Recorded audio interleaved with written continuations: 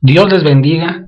Estamos en nuestra segunda clase de EIGES, la escuela de intercesión y guerra espiritual. Hoy toca el tema Jesucristo nuestro intercesor, que es la clase número 2.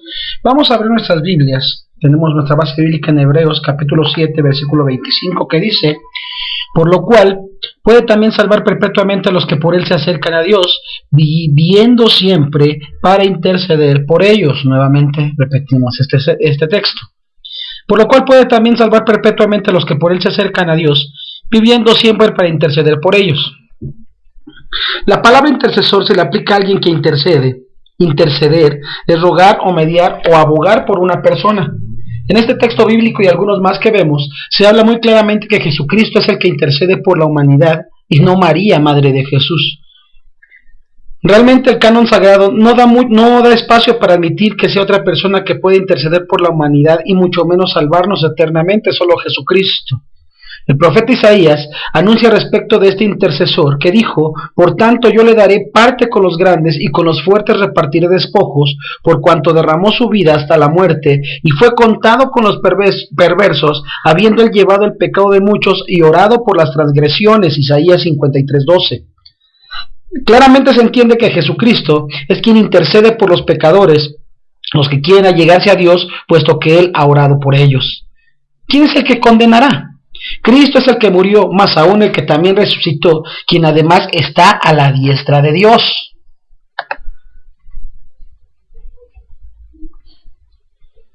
Jesucristo aboga e intercede por los que le crucificaron. Cuando vemos en Lucas 23:24 que dice: Padre, perdónalos porque no saben lo que hacen. No hay otro camino para llegar a Dios, solo Jesucristo. Todo aquel que quiera servir a Dios tiene que venir a Cristo y no a otra persona, pues es Jesucristo el enviado de Dios, siendo Dios mismo manifestado en carne, para interceder por la humanidad entera. ¿Por qué buscar como intercesor a otro personaje que no es el indicado? Te invito a buscar a Jesucristo, el único intercesor, que siempre está dispuesto para interceder por todo aquel que se allega a él con todo el corazón. ¿Cuál es la obra intercesora de Cristo?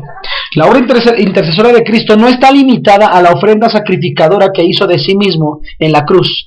La obra intercesora de Cristo es una obra que simboliza el poder y la intercesión, que es una naturaleza de la obra intercesora de Dios.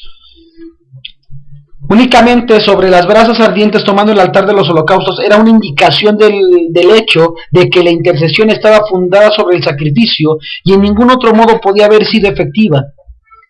¿Cuáles eran las indicaciones novotestamentarias? Cristo aboga nuestra causa con Dios, en tanto que el Espíritu Santo aboga la causa de Dios con nosotros.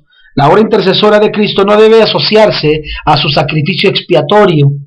Parte de la intercesión de Cristo consiste exclusivamente en la oración que ofrece por su pueblo. Hay 4 elementos en la obra intercesora de Cristo. Uno de ellos es que él actúa como el sumo sacerdote. El segundo es un elemento judicial. El tercero es la condición moral. Y el cuarto es la oración en favor del pueblo de Dios, las personas por quienes intercede. Cristo intercede por todos aquellos por quienes ha hecho expiación, y por ellos únicamente las cosas por las que Cristo intercede. Intercede por los elegidos que no han llegado todavía a Él, por el perdón de los pecados diarios de aquellos que ya vinieron a Él, porque los creyentes sean resguardados de las acusaciones y las tentaciones de Satanás, porque los santos sean santificados progresivamente. También intercede porque las relaciones de los santos con el cielo se conserven al corriente, para que los servicios del pueblo de Dios sean aceptados, y finalmente para que el pueblo de Dios pueda entrar a poseer su herencia perfecta en el cielo. Cuando vemos el papel de Cristo como nuestro gran intercesor, encontramos 3 etapas importantes en la intercesión.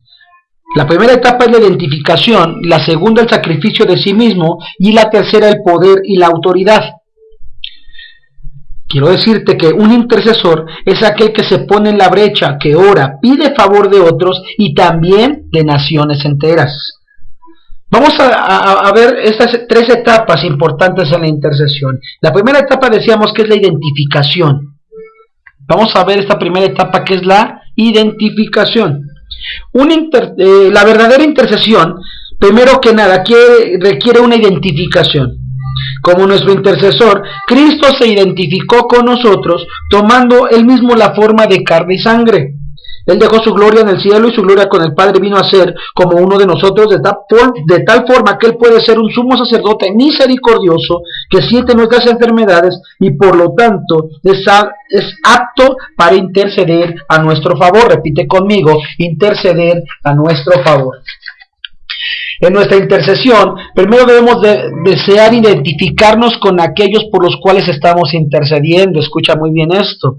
Debemos identificarnos de tal manera que tomemos sus cargas sobre nosotros, que sintamos su dolor, su sufrimiento y presentar sus necesidades delante del Padre como si fueran nuestras.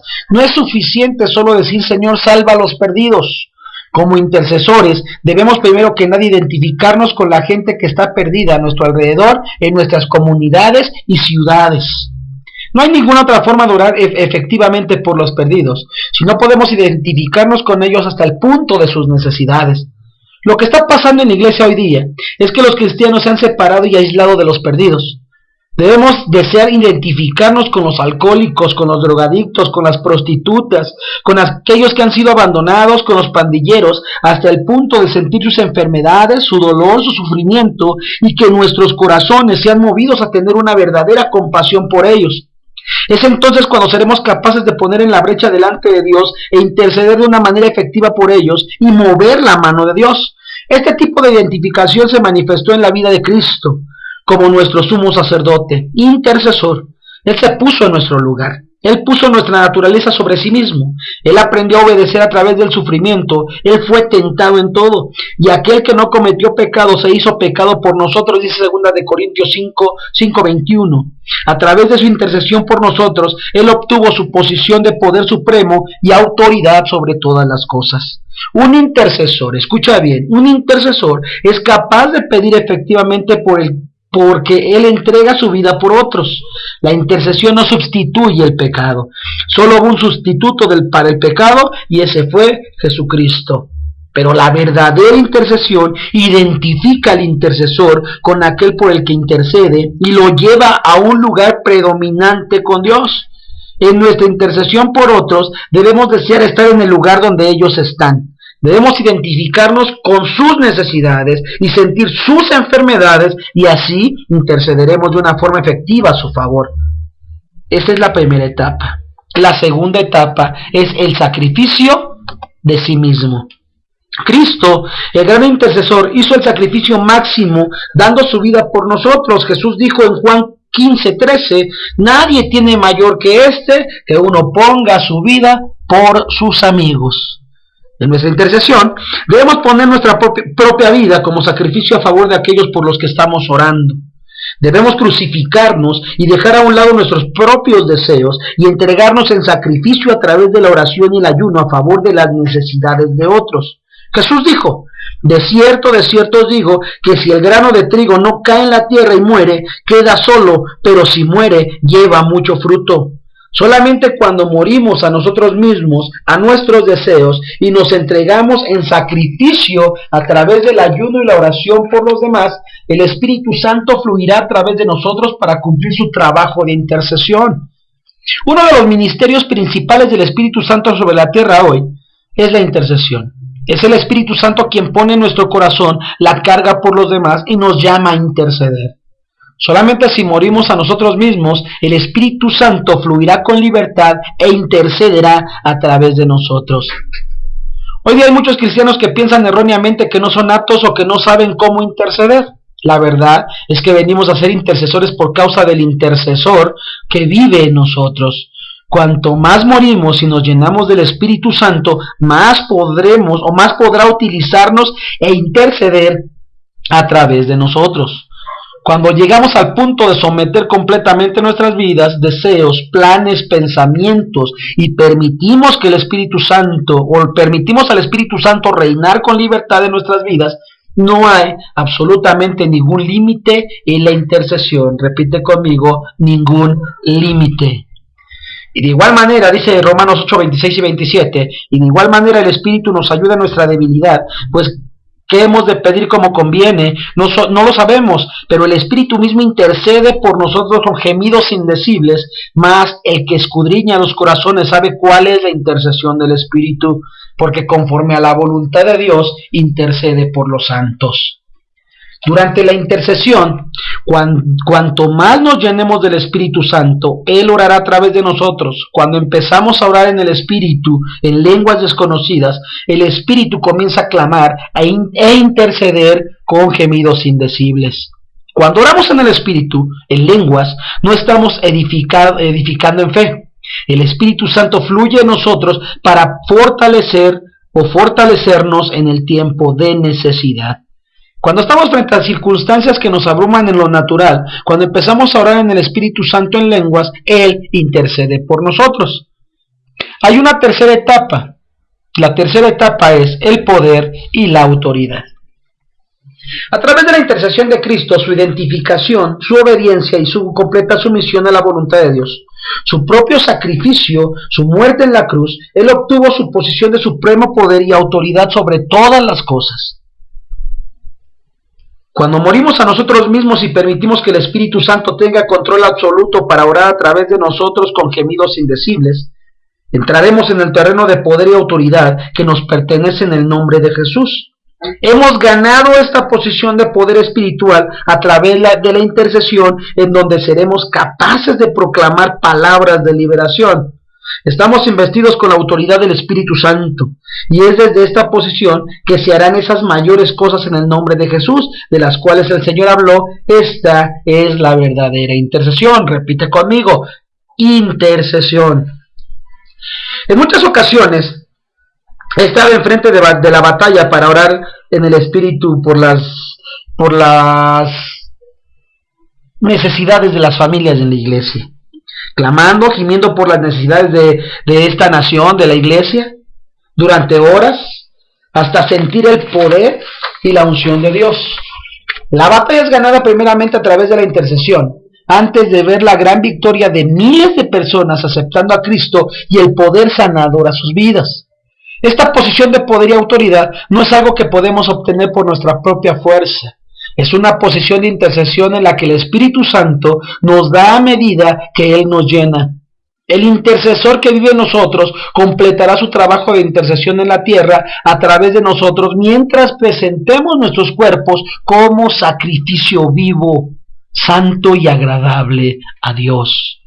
En esta nueva dimensión de poder y autoridad a través de la intercesión, seremos capaces de venir delante de Dios a favor de nuestras necesidades, de nuestras familias, de aquellos que amamos, de nuestras ciudades, y tomar todo lo que Dios ha prometido en su pacto con nosotros.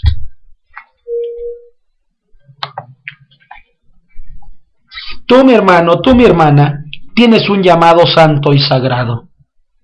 El papel del intercesor es un llamado santo. Así como Jesús intercedió por el mundo a través de su vida y muerte y nos reconcilió con Dios, con su iglesia, tú y yo hemos sido llamados a interceder y a reconciliar al hombre con Dios. Por su Espíritu, tú tienes un real sacerdocio.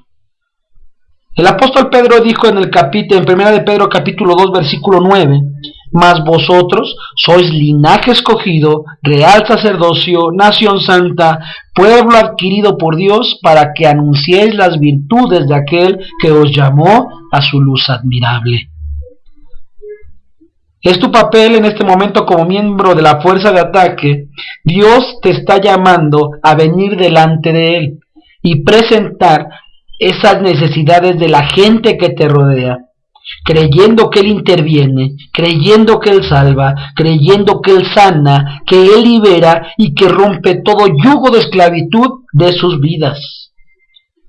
Dios quiere que tú seas un intercesor, no solo a través de la intercesión, sino a través de tu propia vida, a través de tus acciones, así como de tus palabras. Repite conmigo: de mis palabras. Cuando tú intercedes, recuerda estas tres etapas vitales. 1, la identificación. 2, el sacrificio de sí mismo. Y 3, el poder y la autoridad. El tipo de intercesión al cual Dios nos está llamando implica mirarle cara a cara, orando, clamando, llorando y gimiendo en el Espíritu. Implica consagrarnos y apartarnos para ayunar y orar esperando delante de Él y no dejándolo ir hasta que la obra se haya cumplido. Requiere que nosotros nos pongamos en la brecha a favor de otros. Dios quiere usarte a ti en este tiempo final para cumplir su voluntad. Cuando te unes en esta nueva y poderosa dimensión de oración, verás las respuestas a la oración como nunca antes lo has visto.